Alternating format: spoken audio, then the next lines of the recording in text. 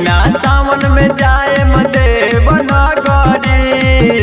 जलवा चढ़ावते दुख दूर होई सगरी। अरे जलवा चढ़ावते दुख दूर होई सगरी।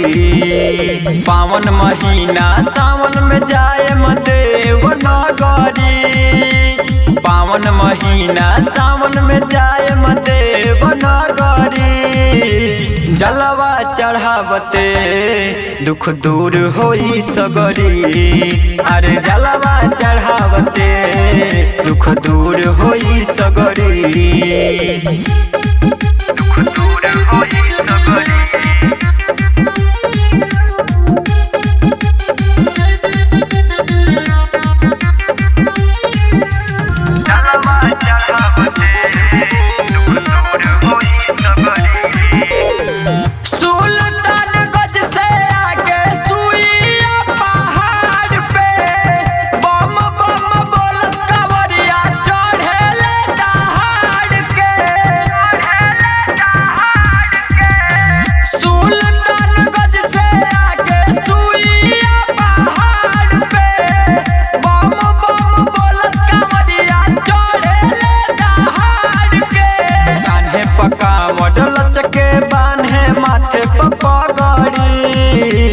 कान्हे पकावड़ लचके बान्हे माथे पगड़ी।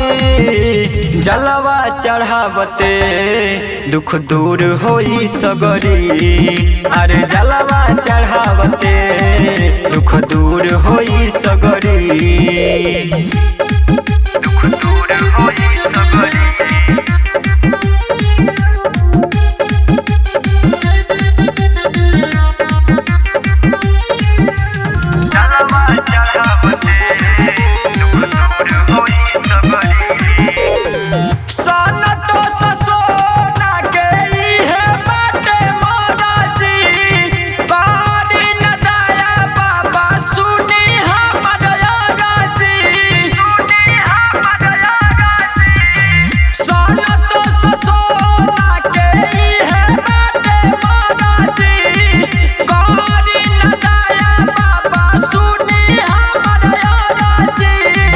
उपेंद्र जलवा भरी जाले गगरी।